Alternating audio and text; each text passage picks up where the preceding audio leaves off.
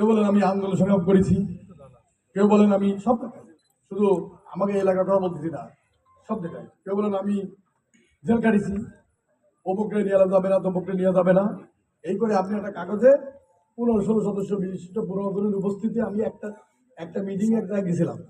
আমি বলছি এই মিটিং হবে না, এইভাবে কেন্দ্র কমিটি হবে না। কেন্দ্র কমিটি করতে গেলেই আপনার ওই কেন্দ্র আলাইপুর কেন্দ্র কয়টা রোড আছে, কয়টা পাড়া আছে, ওইখানে কয়টা মসজিদ আছে, কয়টা স্কুল আছে, কয়টা মন্দির আছে, এই মন্দির কমিটির সদস্য তাদেরকে আহ্বান করতে হবে, মন্দির পুরোহিতরা আহ্বান করতে হবে, মসজিদের ইমাম সাহেবকে আমাদের এই কমিটিতে আহ্বান করতে হবে, বিশিষ্ট সমাজসেবক সাবেক অবসরপ্রাপ্ত চাকরিজীবী যারা আছেন তাদেরকে আহ্বান করতে হবে। আমাদেরকে অনেকেই আছে হতদরিদ্র মানুষ, এলাকার যারা চেয়ারম্যান মেম্বার ছিলেন না, তার চাল কম দিয়ে তাদের ডাকে নিয়ে গেছেন যে আমাকে আওয়ামী লীগের মিছিলে যেতে হবে। তারা তো আর আওয়ামী লীগ করে তারা হয়তো মিছিলে গেছেন, এমপি সাহেব আইসেন, মিছিল বড় বানাতে হবে, মিছিলে গেছেন। তাদেরকে আপনারা খোসা মেরে আপনার কমিটিতে বাদ দিলেই হবে না। গরিব ভ্যানেলা, ভ্যান শ্রমিক, তাদেরকে আপনাদের কমিটিতে রাখতে হবে। আপনার খেটে খাওয়া মজুরির মাটি কাটে, তাদেরকে আবার কমিটিতে রাখতে হবে। তাহলে একটি সুন্দর কেন্দ্র কমিটি হবে। আপনার চেহারা দিয়ে আমার চেহারা দিয়ে কিন্তু মানুষ ভোট দেবে না। আপনি বিশাল একটি গোষ্ঠীকে আপনি বিএনপির বাইরে রেখে আপনি বিএনপির একটা মিটিং দেখাতে পারবেন, 2000 লোকের মিটিং দেখাতে পারবেন টাকা পয়সা খরচা করে আইনে, কিন্তু বিশাল একটি গোষ্ঠীকে সে জানলো না সে বিএনপির পতাকা তলা আছে, সে জানলো না বিএনপি তাকে অন করেছে। আপনারা এই কাজটি করেন না। আমার আহ্বান, আপনারা সবাইকে নিয়ে, আমি একজন ইমাম সাহেবের সাথে কথা বললাম, উনি বলে আপনারা যদি ডাকেন তাহলে আমরা অবশ্যই আসবো না কেন। আমরা বিএনপি তো শহীদ রাষ্ট্রপতি জিয়াউর রহমান, শহীদ রাষ্ট্রপতি জিয়াউর রহমান পবিত্র কাবা শরীফে নিম গাছ রোপণ করেছেন, জিয়া ট্রি নামে পরিচিত। শহীদ রাষ্ট্রপতি জিয়াউর রহমান সংবিধানে বিসমিল্লাহির রহমানির রহিম সংযোজন করেছেন। তাই এখানে ধর্মীয় সম্প্রদায়ের মানুষরা মিথ্যা কথা বলে, আমার সময় বেশি নিচ্ছি, আমার বন্ধু খারমুল্লাহ বক্তব্য দেবে।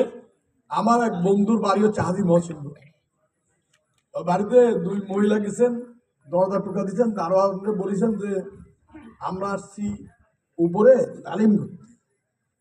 এবারে উপরে উঠে যে রুমে নক করেছে সেই রুমের ওই গার্জিয়ান আছে, অভিভাবক আছে, ওনার ওয়াইফ ক্যান্সার আক্রান্ত। উনি বারবার বলতেছে আপনারা কোত্থেকে আসছেন, বলে আমরা নির্বাচন কমিশন থেকে আসছি।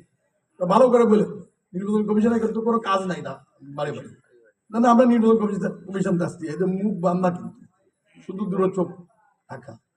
এরপরে বাসায় গিয়ে বসে বলেছে যে আপনার মিসেসকে ডাকতে, তারপরে মিসেস উঠতে পারবে না, অসুস্থ। তাহলে তার নাম বলেন। এবারে কাগজ বের করেছে সাদা, তখন বলেছে যে আপনি মিথ্যাবাদী, মিথ্যা কথা বলে আপনি নির্বাচন কমিশনের কথা বলে আপনি আবার ঘরে ঢুকেছেন, আপনি একটা রাজনৈতিক দলের সদস্যের নাম বলেছেন। এই মিথ্যা কথা কিন্তু হচ্ছে। রোজা পুজোরে আপনার পুজো তো, যারা হিন্দু ভাইরা আছেন, আপনার পুজো তো আমার রোজার সাথে তুলনা হবে না। আপনি আপনার পুজো করবেন, আপনি আমার উপোস থাকবেন, আমি আমার রোজা করবো, আমি কুরবানি দেব। আপনি কি কুরবানি দেবেন? হিন্দু ভাইরা কি কুরবানি দেবেন? কুরবানি গোশ খাবেন? তাহলে ওরা ভাববাস, ওরা মিথ্যাবাদী। রুনু যে কথাটা বলেছে, সুযোগ কিন্তু আপনাদের সামনে আসছে। আজকে আমি কিন্তু আপনাদের সাথে আমি দীর্ঘদিন 91 সাল থেকে নির্বাচন করি। এই ইউনিয়নে কিন্তু আমরা 91 সালে একবার সবচেয়ে কম ভোট পাইছিলাম। আস্তে আস্তে বাড়িছে, দলের নেতা কর্মী বা বাড়িছে। সকল নেতা কর্মীর প্রতি আহ্বান, যাদের বিরুদ্ধে শাস্তি দেওয়া হয়েছিল, যাদের সংশোধনী বলা হয়েছিল, তারা সবাই নির্বাচনী কাজে অংশগ্রহণ করেন। আপনাদের শাস্তি মওকুফ করা হবে, কেউ ঘরে বসে থাকেন না। আর নেতৃবৃন্দরা বলবো, বিশেষ করে ঘাটবোগ ইউনিয়ন বিএনপির নেতৃবৃন্দরা বলবো, কাউকে দূরে রাখেন না। অনেকেই সালাম মুর্শিদের ছবি আছে, বিএনপির কেন্দ্র কমিটিতে আছে, আর 2-1 আছে সালাম মুর্শিদের ছবি আছে, মেম্বার ছিল, তাদের আপনারা কমিটিতে আনতেছেন না। আপনারা আনেন, ডেকে আনেন, ডেকে এনে তাদেরকে দলে কাজ করান। কারণ বিএনপির ঘাঁটি এলাকা হচ্ছে আলাইপুর, বুড়িমারি, আনন্দনগর, চাঁদপুর, মামনডাঙ্গা, এই সমস্ত এলাকায় কিন্তু আমাদের ঘাঁটি।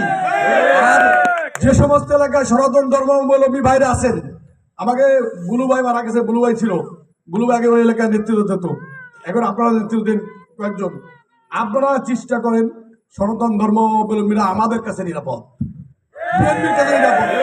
বিএনপির কোন নেতা কর্মী যদি আপনাদের সম্পত্তি, আপনাদের যদি কোনো মা বোনের দিকে তাকাই, আপনারা বলবেন, আমাদের নেতারা বলবেন, আমাদের থানা বিএনপি বলবেন, আমাদেরকে বলবেন, আমরা তার বিরুদ্ধে ব্যবস্থা গ্রহণ করবো ইনশাল্লাহ। আপনাদের সবাইকে ধন্যবাদ জানাচ্ছি। আমার বক্তব্য দেবে আমার বন্ধু মোল্লা খায়রুল ইসলাম, তারপরে প্রধান অতিথির বক্তব্য শুনে আমরা এই সভা শেষ হবে।